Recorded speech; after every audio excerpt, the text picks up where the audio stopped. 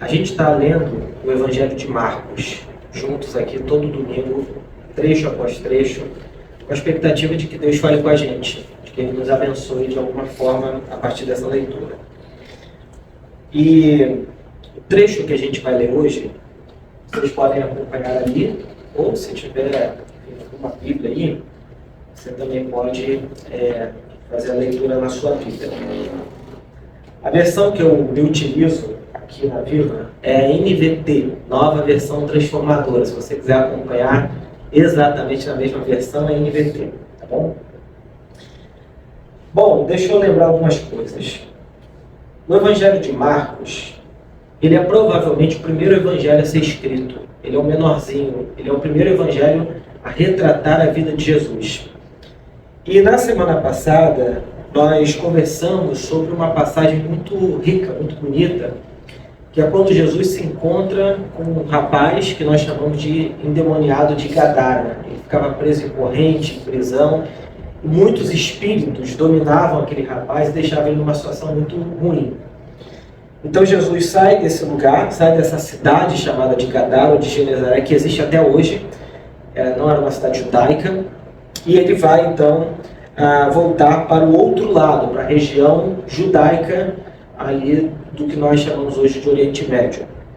E lá em Marcos, capítulo 5, verso 21, diz assim: Jesus entrou novamente no barco e voltou para o outro lado do mar. Eu já expliquei que isso aqui não é um mar, é um lago tão grande que para aquela época eles entendiam que era um mar, de tão grande que era. É como se fosse a Baía de Guanabara, Niterói e Rio. É tão distante que eles entendiam que era um mar. Onde uma grande multidão se juntou ao seu redor na praia. Verso 22. Então chegou um dos líderes da sinagoga local, chamado Jairo, ou Jair. Jairo ou Jair. Quando viu Jesus, prostrou-se aos seus pés e suplicou. Nós estamos falando aqui de um homem que naquele contexto, só por ser homem, ele nunca se colocaria de joelho diante de ninguém. Hoje em dia, século 21, isso não acontece, muito raro.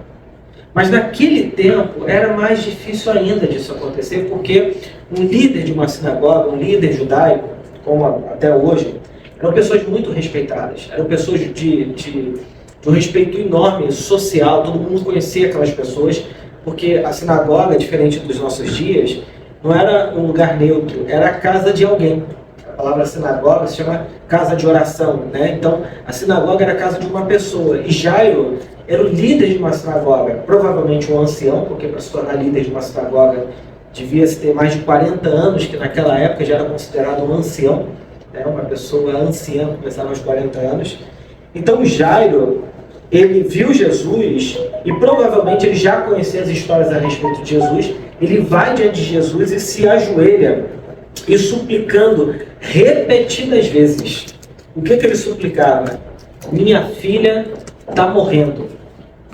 Minha filha, que tinha 12 anos de idade, está morrendo. Por favor, venha e ponha as mãos sobre ela, cure-a para que ela viva. O que ele está pedindo é uma dor, uma angústia por conta da sua filha, que Jesus curasse a filha dele, que na cabeça dele ela estava morrendo. Então, olha que interessante.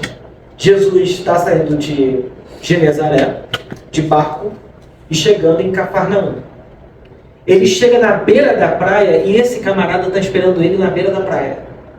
Quando ele vê Jesus, ele corre até Jesus. Tem uma multidão ao redor dele. Só que a casa dele não ficava na beira da praia. Por isso que o texto diz o seguinte, verso 24. Jesus foi com ele e todo o povo o seguiu, apertando-se ao seu redor. No meio da multidão estava uma mulher que havia 12 anos, sofria de uma hemorragia. Tinha passado por muitas dificuldades nas mãos de vários médicos. E ao longo dos anos, gastou tudo que possuía. Provavelmente era uma mulher rica, que tinha muitas posses, muito dinheiro, mas por conta da sua doença, ela teve que gastar tudo que tinha. E essa expressão, gastar tudo que tinha, é importante na Bíblia. Porque a ideia aqui é como se ela estivesse gastando a vida dela tentando resolver o problema dela. Não é só uma questão financeira. Vocês sabem que uma pessoa que, por exemplo, está em sofrimento e que precisa dispor do seu dinheiro para tratar o seu sofrimento, não é só dinheiro que ela usa.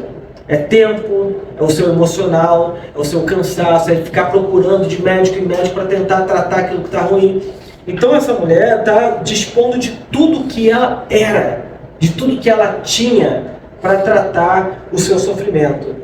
Então ela gastou tudo que possuía e a Bíblia diz que sem melhorar. Ela tentou de tudo e não ficou boa. Bom, tendo ouvido falar de Jesus, aproximou-se por trás dele e no meio da multidão tocou no seu manto. Essa é uma imagem que vocês imaginem a mulher que socialmente naquela época, que estava vivendo uma hemorragia, vivia uma condição deplorável. Não tinha absorvente. Ela tinha que usar panos e panos para tentar segurar aquela hemorragia. A mulher, nesse período, que sofresse de uma hemorragia, ela tinha que viver fora do arraial de Israel, fora do território de Israel, porque ela era considerada impura. Ela era considerada uma mulher que não podia se relacionar com outras pessoas.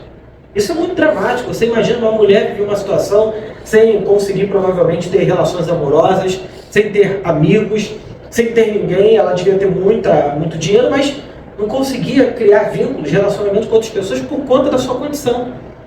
E aí, de repente, ela no meio da multidão, e eu fiquei lendo esse texto tentando imaginar isso, que talvez entrar no meio de uma multidão na condição dela fosse a melhor das hipóteses. Porque se ela fosse no meio de todo mundo visse ela provavelmente seria muito maltratada. Mas no meio da multidão dá para se apertar e tocar em Jesus. E foi o que ela fez. Ela tocou nele e o texto diz uma coisa muito interessante, verso 28. Pois pensava, se eu apenas tocar no seu manto, na roupa que os judeus usavam, no seu manto, eu serei curada. Olha a fé dessa mulher. Se eu apenas chegar perto de Jesus, eu vou ser curada. E no mesmo instante, a hemorragia parou. Que coisa extraordinária isso aqui. Ela chega perto de Jesus, toca em Jesus e no mesmo instante é curada. Ela sentiu em seu corpo que tinha sido curada da enfermidade. Jesus imediatamente percebeu que dele havia saído o poder. Por isso virou-se para a multidão e perguntou, quem tocou em meu manto? Essa é uma capacidade que só Jesus tem, de perceber que dele são virtude, poder, graça. E curou uma mulher. Seus discípulos disseram, olha, a multidão está apertando vocês de tudo que é lado. Como é que o Senhor ainda pergunta quem tocou em mim? Ele está sendo tocado de tudo que é jeito, está todo mundo apertando ele. Mas Jesus, porém, continuou a olhar ao redor para ver quem havia feito aquilo. Ele sabia que alguém, talvez com muita fé e muita coragem, havia ido lá para tocar nele. Então a mulher, assustada e tremendo pelo que tinha acontecido, veio e, ajoelhando-se diante dele, contou o que tinha feito. Cheio de medo essa mulher. Você imagina, ela sentiu que foi curada, mas o coração dela está assim, caramba, o que eu fiz? Ele está perguntando quem me tocou, fui eu. Ela deve ter ficado quieta por um tempo e vendo Jesus perguntar, a Bíblia diz que ela teve medo e foi até ele. E Jesus disse, filha, a sua fé a curou. Vá em paz. O seu sofrimento acabou. Eu não sei o que é viver assim.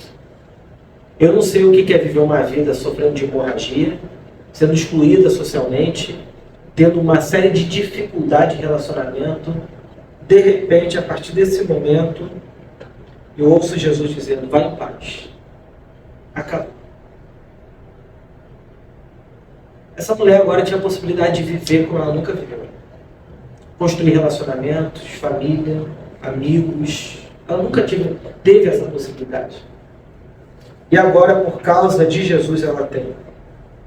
Enquanto Jesus ainda falava com a mulher, chegaram mensageiros da casa de Jairo, o líder da sinagoga. Lembra que a história começou com Jairo pedindo Jesus para curar a filha dele. De repente, esse homem era tão importante que mensageiros foram até Jesus, falar com Jesus. O líder da sinagoga lhe disseram: sua filha morreu. Você imagina a cabeça desse homem olhando para Jesus falando: por que você parou no meio do caminho? A gente estava indo para minha casa curar minha filha. De repente você fica parado por causa de uma mulher, minha filha morreu agora. A notícia na cabeça de Jairo é: aquilo que era a minha única esperança, acabou.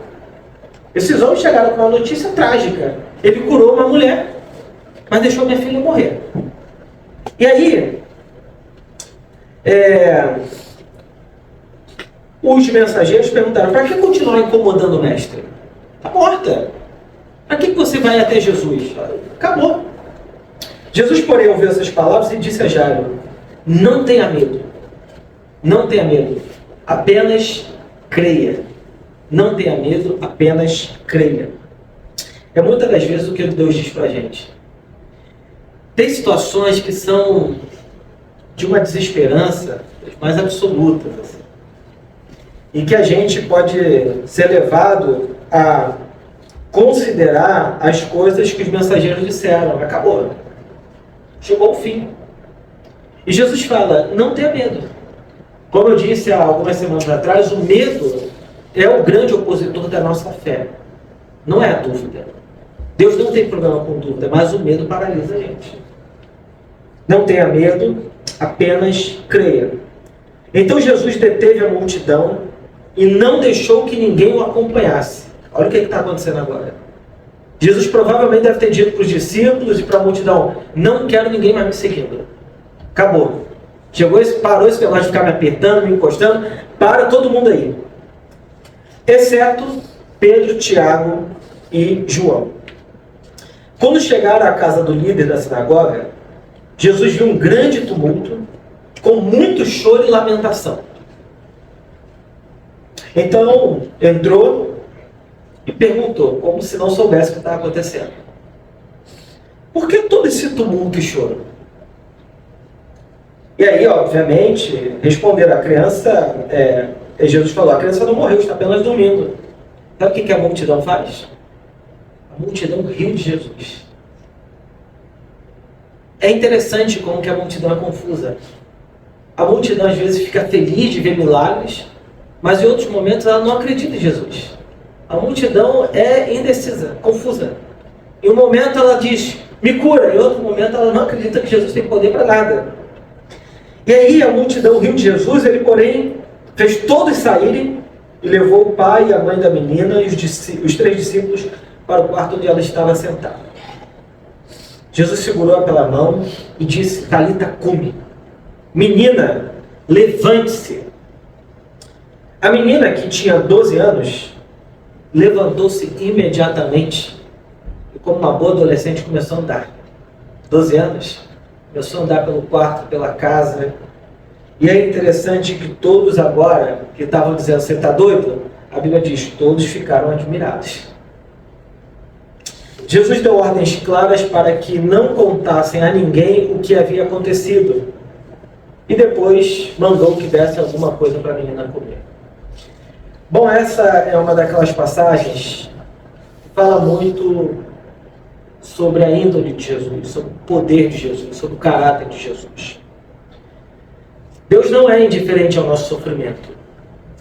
Não é. E seja que tipo de sofrimento for. A mulher com hemorragia, um sofrimento grave, uma mulher adulta, e por outro lado, o pai desesperado para que Jesus cure a sua filha de 12 anos. Existem muitas visões de Deus no mundo. Se a gente sair pela rua aqui e perguntar: você acredita em Deus? Você vai dizer: sim, acredito. E do que de Deus você acredita? E você vai ouvir variadas respostas. Se a gente for mais a fundo e alguém que é crente perguntar assim: como que é o seu Deus? Talvez a pessoa diga: eu creio num Deus grande, poderoso, que está sentado num trono, que tem todo o poder para fazer tudo. É verdade. Mas o Deus que a Bíblia nos apresenta em Cristo, é um Deus encarnado. É um Deus que se importa com a nossa vida, que se importa com o nosso sofrimento, que se importa com a nossa dor. É um Deus presente nas nossas situações. As mais simples, as mais complexas. E nesse mundo que Deus está quase que ausente em muitos momentos, nesses momentos aqui, quem clama por Ele, quem busca Ele, o encontra. E é transformado por Ele, né? Então, essa história, dentro da teologia, a gente diz que é um quiasmo. O quiasmo é tipo um sanduíche. Você tem o início da história, uma história colocada no meio e o término dessa história. Isso é um quiasmo que aparece no relato de Marcos.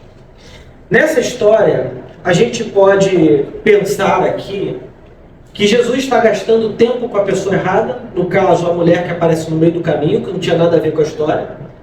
É Jairo que foi na praia procurar Jesus para que ele curasse a filha dele, ele tomou atitude.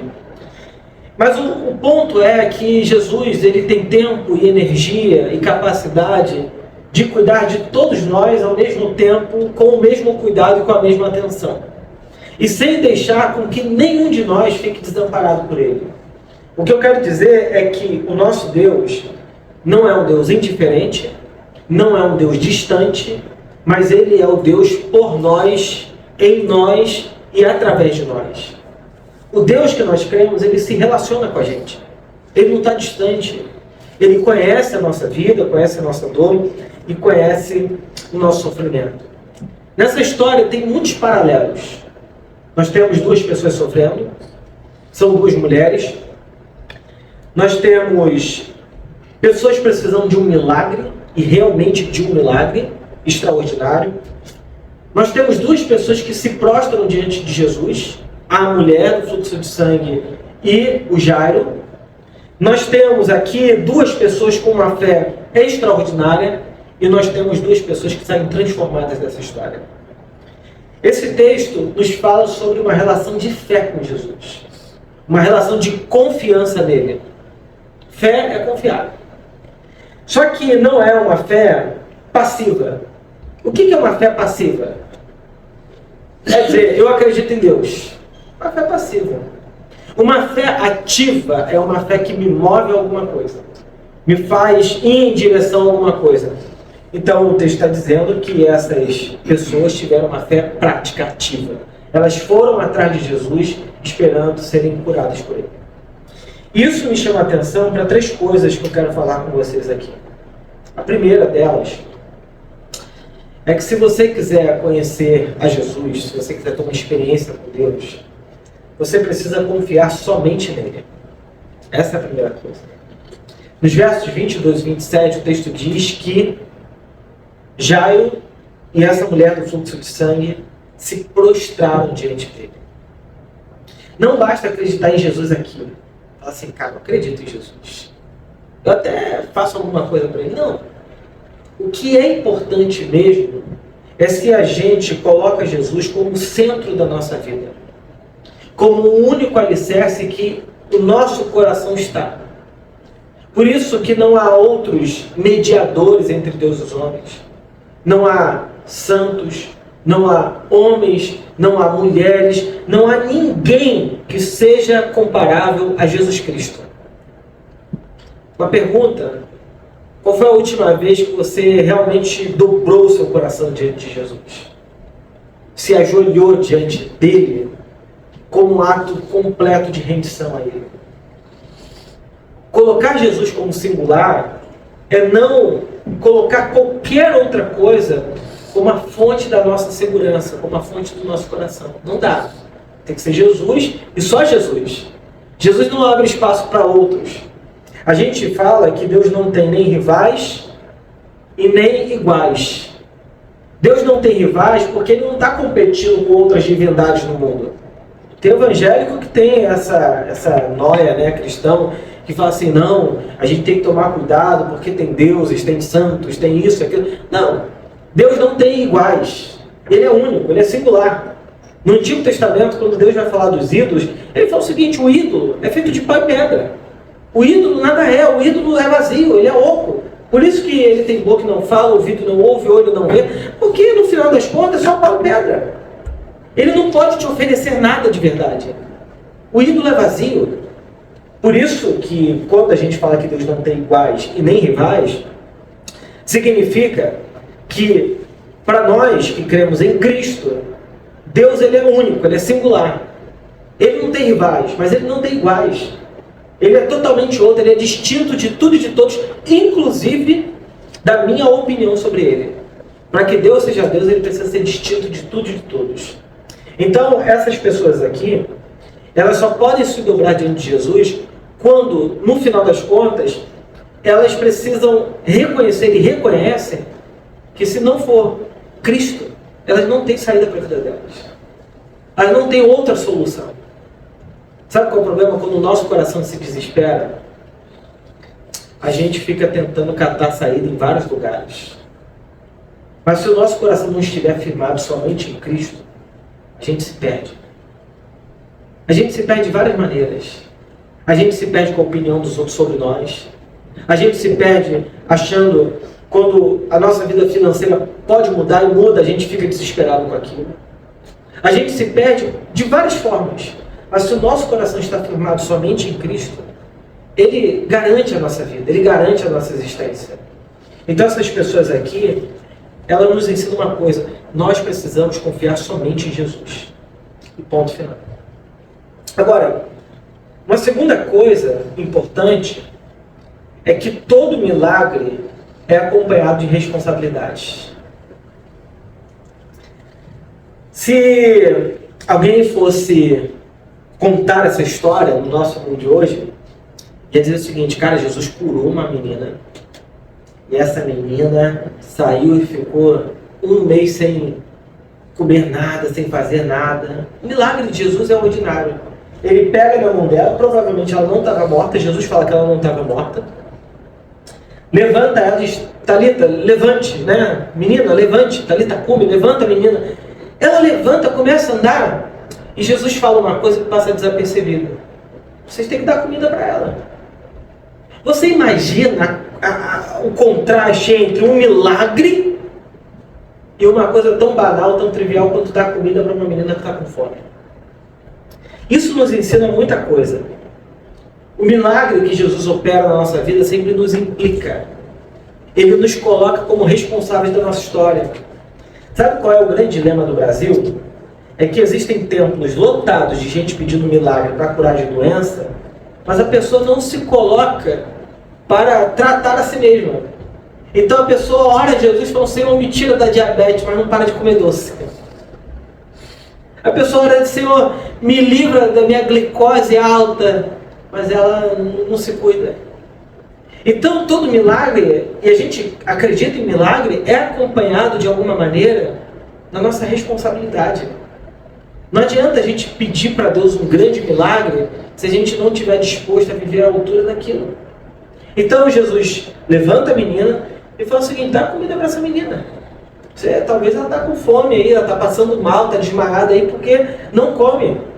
Imagina o pai dessa menina pensando: eu estou tão preocupado em fazer um milagre que eu esqueci da menina. Eu esqueci dela. Eu fui lá na rua, eu fui atrás de Jesus, mas eu não me dei conta de que a minha filha está precisando de mim agora. Isso é muito bonito, porque às vezes a gente quer ver um milagre e não quer se colocar a serviço da outra pessoa que a gente está cuidando. Às vezes é um filho, um pai, uma mãe, um amigo, um colega de trabalho. A gente ora para Deus resolver, mas sem se colocar naquela relação. A gente precisa fazer isso, né? E a terceira e última coisa é que, lendo esse texto, a gente aprende uma das coisas mais bonitas da Bíblia. Deus, ele se importa com a gente. Deus, ele se importa com você. Isso é bonito porque quando Jesus vai tratar a mulher do fluxo de sangue e a filha do Jairo, ele usa expressões que eu acho assim muito bonita, muito interessante. Para a mulher do fluxo de sangue, ele fala: filha, vá em paz. Filha. Eu imagino que essa mulher talvez nunca tenha ouvido alguém falar com ela assim: filha. Para a filha do Jairo, ele diz menina, e é uma expressão quase que infantil, assim, né? Uma menininha, sabe? Uma adolescente, uma coisa meio próxima, assim, familiar, né? É interessante, Jesus não conhecia essas pessoas. E ele trata essas pessoas com uma dignidade tal, com um afeto tão maravilhoso, com um jeito tão afetuoso de tratar uma pessoa, que eu, fazendo um paralelo com o nosso mundo de hoje, não tem como seguir a Jesus e ter uma linguagem diferente dessa. Não tem como aprender de Jesus e se tornar truculento, brigando, uma linguagem pesada para falar com as pessoas. Não tem como seguir a Jesus e sair xingando Deus e o mundo, achando que, em nome de Deus, a gente está fazendo a coisa correta. Jesus não pergunta para a mulher do fluxo de sangue, será que não é pecado na sua vida? Será que não fez alguma... Não, nada disso. Não tem questionamento sobre a vida anterior nenhuma dessa mulher. Nenhuma dessa mulher. Não pediu laudo de nada. Não pediu atestado de nada. Não pediu atestado de santidade dessa mulher. Ele simplesmente viu a demanda dela e curou ela. Curou-se de forma indireta, porque foi ela que foi atrás da cura e saiu curada. E isso é muito interessante, porque quando a gente vê pessoas sofrendo, a gente tem que lembrar que sofrimento é um terreno sagrado. Gente que sofre de verdade, como essas duas pessoas aqui, a gente está falando de gente que o seu coração às vezes está esmagado pela vida. A sua vida, a sua alma não consegue encontrar alegria, saúde em nenhum outro lugar.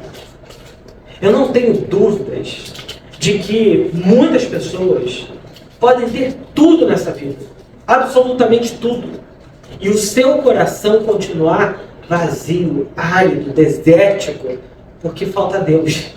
E quando eu falo de faltar Deus, não estou falando assim, a pessoa acredita em Deus, não, estou falando de uma relação pessoal com Deus, de uma relação íntima com Deus, como essas pessoas aqui fizeram. Por isso que o sofrimento é uma coisa que pode nos levar para dois lugares.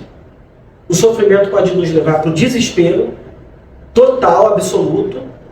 E o sofrimento, ele pode também nos ajudar a mudar a nossa própria história.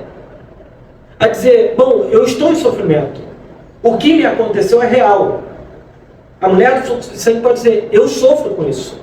Socialmente, fisicamente, provavelmente naquele tempo, sem tratamento médico, essa hemorragia aguda que ela vivia, ela devia estar desnutrida, ela devia estar com as taxas dela completamente desorganizadas. E de repente, ela tem um encontro com Jesus, e ela tem a possibilidade de mudar a realidade da vida dela. A gente pode usar o sofrimento como uma escola que nos ensina a mudar de vida, ou a gente pode usar o sofrimento como uma coisa que nos faz ficar ressentidos do mundo. Gente que diz assim, tá vendo, eu estou sofrendo. Ó vida, ó céus, ó terra. E ficar catando na vida os responsáveis pelo seu sofrimento e dizer, eu estou assim, em sofrimento, em angústia, porque ninguém me tira disso. Pois é, muitas das vezes não vai ter realmente uma pessoa que vai te tirar do seu sofrimento. E a gente tem que encontrar, às vezes, forças, pedir a Deus para que Ele nos ajude a sair daquela condição. A vida é um caminho que nos provoca muitos sofrimentos. O sofrimento é inevitável. Não tem como deixar de sofrer. Tem uma igreja que tinha um slogan, né? Pare de sofrer. É impossível. Agora, a gente pode aprender com sofrimentos. A gente pode se colocar de pé diante de um sofrimento e resolver mudar a nossa história, resolver mudar a nossa vida, mesmo diante daquilo que a gente sofreu. Porque o outro caminho é o ressentimento. O ressentido é aquela pessoa que não atravessa o seu sofrimento e permanece sofrendo dentro dela mesma, por isso que ela ressente. É quase como um refluxo que acontece no corpo humano. Ela fica voltando naquele sentimento, voltando, e se martirizando, dizendo, por que isso aconteceu comigo? O que eu quero dizer é que a gente sofre. Mas a gente pode, como essa mulher do fluxo de sangue, resolver e ir atrás de uma solução para a nossa vida. A gente pode, como Jairo, dizer o seguinte: cara, eu vou atrás desse Jesus, eu ouvi que ele faz milagre e eu quero que ele cure minha filha. Bom, são duas maneiras de lidar com o sofrimento. O Freud diz uma coisa muito interessante, né? Que existem duas formas da gente mudar. Uma é um processo de análise, né? Várias vezes por semana. A outra é um sofrimento profundo. Freud diz isso, é muito interessante, né? Porque ele diz que um sofrimento profundo pode ser a força motora de te tirar daquele lugar. Um sofrimento. Então, o sofrimento, como disse C.S. Lewis, um autor cristão, ele diz o seguinte: o sofrimento às vezes pode ser o megafone de Deus para um mundo surdo, para um mundo distante de Deus. Não é que Deus provoca o sofrimento, não é isso que eu estou dizendo. Eu não creio que Deus provoca o mal e nem produz o mal. O que eu estou dizendo é que nas circunstâncias de vida que a gente vive, o sofrimento é inevitável. Jesus falou: no mundo tereis aflições. Não tem como deixar de sofrer. No entanto, o mesmo Jesus disse: tende o quê? Bom ânimo. Bom ânimo. O que ensina pra gente que se a gente ficar marcado pelo sofrimento sem ultrapassá-lo, a gente vai viver uma vida apequenada. Por isso que o sofrimento pode ser um motor para a sua fé. Essas duas histórias falam de fé. Elas não falam do Jairo, que era um homem importante, não é uma história de um best-seller, um homem rico, não. Elas falam de uma única coisa, de fé. A fé é o que nos move a Deus. É o que nos coloca diante de Deus. É o que nos faz dizer: Senhor, eu preciso de um milagre na minha vida. Senhor, eu preciso de uma mudança na minha vida. E não é ficar dizendo: Senhor, eu preciso de um milagre. É ir atrás disso até ver o milagre acontecer. Se essas pessoas, se o Jairo tivesse ficado em casa dizendo: eu sou líder da sinagoga, não teria acontecido nada. Se essa mulher não tivesse entrado no meio da multidão, se apertado ali, tocado Jesus, não teria acontecido nada. E a história dela não estaria aqui na Bíblia. Só aconteceu o que aconteceu porque a fé que move essas pessoas as levam para uma ação. Não adianta ter uma fé passiva. Não adianta. Herbert, que absurdo. Não é a fé. Não adianta ter fé passiva. Olha para todos os heróis da fé do Antigo Testamento e você vai ver que a galeria dos heróis da fé é a galeria de gente que fez um monte de coisa. Não é gente que tinha uma fé que dizia: eu acredito em Deus. É gente que botou a mão na massa e falou: com Deus eu vou construir essa realidade aqui. É Josué, que tem cheio de medo, mas entrou na galeria dos heróis da fé porque atravessou o Jordão com o povo de Israel. Com medo, tenha coragem, seja valente, seja corajoso. E foi lá e atravessou. É Davi que, mesmo diante de todas as circunstâncias, unificou Israel inteiro. Conquistou Jerusalém. Então, a fé não é nunca na Bíblia passiva. A fé é o que nos coloca diante de Deus em ação, para fazer alguma coisa nesse mundo. Pessoas de fé não são pessoas que ficam dormindo o dia inteiro e falam assim: eu tenho uma fé enorme, eu acredito tanto em Deus. Tiago diz: você tem fé? Quais são as suas obras? Você diz que tem fé, mas não tem obras, a sua fé é inútil. Ele não está falando só de alimentar os pobres, nada disso. É uma fé ativa para a vida. E talvez hoje nós aqui, quase que uma casa viva e poucas pessoas, né? Ouvindo essa palavra, minha pergunta para você é: em qual área da sua vida você precisa de fé? O que está parado aí? O que está estagnado? Que você precisa? Cara, eu preciso me levantar. Eu preciso ir até Jesus. Eu preciso ver um milagre acontecendo aqui. Pois é. Essa é a pergunta que, diante da nossa consciência aqui, do nosso coração, a gente tem que fazer. Qual é o milagre que eu preciso? Cara, eu estou plantando uma igreja. Eu peguei esse orçamento aqui e falei assim: aqui, para essa igreja existir, só um milagre. Eu falei com o Mazinho mais cedo. O Mazinho falou: Deus é especialista em milagre. Milagre. Não ache que as coisas sempre vão ficar assim, tudo confortavelmente bem, às vezes a gente precisa de milagre mesmo. Não adianta a gente pensar que a gente precisa dizer, não, eu vou construir, não, a gente precisa de milagre. A gente vai trabalhar, a gente vai atrás de Jesus, mas é assim, eu preciso de milagre, eu não dou conta disso aqui não. É milagre. É outra conversa. Não é papo de coaching, o que você precisa fazer, ferramenta, não. Eu estou dizendo, você precisa agir, mas você precisa entender que tem coisa que é milagre mesmo. Que é uma ação sobrenatural de Jesus. É uma ação extraordinária de Deus. E se não for assim, as coisas não vão acontecer. Então eu quero te convidar a orar comigo e pensar aí no seu coração, na sua vida, quais são as áreas. Ou talvez tenha uma área, uma única coisa que você diga, eu preciso de um milagre nisso aqui. Eu preciso que Deus haja de maneira sobrenatural nisso aqui. Se Deus não agir, eu posso agir e fazer um monte de coisa. Mas se Ele não agir, nada vai acontecer. Eu quero que você pense com sinceridade diante de Deus aí no seu coração. Que área é essa? Eu não tenho dúvida. Se eu cheguei nesse texto, nesse domingo, com vocês que estão aqui, é porque Deus quer falar com a gente que está aqui. Primeiro comigo, que lendo esse texto muito desafiado, e também com vocês. Então, eu falou comigo, eu estou falando com vocês aqui. Qual é a área que você precisa de uma fé que realmente fala assim, eu preciso de milagre aqui. Só um milagre para eu ver mudanças significativas na minha vida. Só milagre. Bom, vamos orar. Quero te convidar a fechar os seus olhos, se você puder. Fechar a sua cabeça. Eu vou dar um minuto aí para você pensar, orar diante de Deus, para a gente depois orar juntos.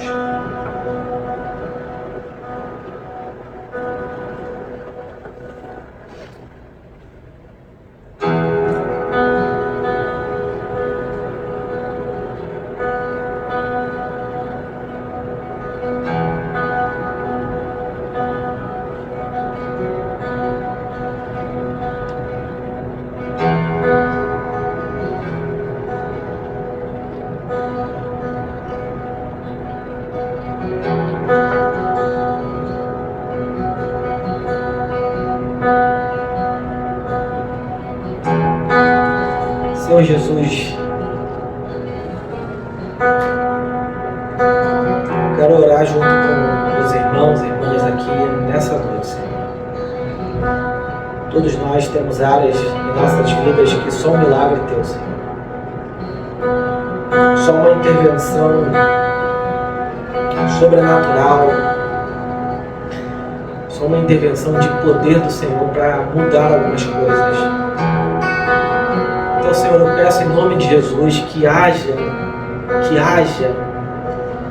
assim como o Senhor teve poder para criar céus e terra, eu não tenho dúvida de que o Senhor tem poder para mudar as realidades da nossa vida, Senhor. Eu sei que o Senhor não é indiferente a nós, é o Deus conosco, é o Deus Emanuel, é o Deus que está com a gente, é o Deus que se importa com a gente. Ao ler a Bíblia Sagrada, nós não temos motivos para desconfiar disso, Senhor. E nos motivos mais variados possíveis, nós queremos pedir a Ti, Senhor, que tem todo o poder, que pode tudo, pode todas as coisas, nos céus, na terra, que recebeu autoridade sobre todo o universo criado, Senhor. Que haja em nossa vida, que haja milagres entre nós, Senhor. Que haja transformações profundas entre nós. Que a gente, ao final, só possa dizer, foi o Senhor que fez isso comigo. Foi o Senhor que agiu dessa maneira comigo. Foi o Senhor quem fez, quem agiu, quem transformou, quem mudou o cenário, mudou todas as coisas em minha direção. Senhor, faça um milagre em nossas vidas, Senhor. Transforme o nosso coração, transforme em realidade, Senhor. Que a gente possa aprender a vivenciar e a experimentar os Teus milagres, Senhor. Essas coisas que só o Senhor pode fazer, que não está na mão de homens, não está na mão de mulheres, não está na mão de ninguém, está na Tua mão, Senhor. E nós queremos orar pedindo isso. Que nós possamos ouvir testemunhos de milagres aqui entre nós, Senhor. De coisas extraordinárias que o Senhor tem feito por nós, Pai. É o que nós pedimos, em nome de Jesus Cristo. Amém. Que a graça do nosso Senhor e Salvador Jesus Cristo, que o amor de Deus, nosso Pai, a comunhão, o consolo do Espírito Santo seja sobre nós, hoje e para sempre. Amém e amém.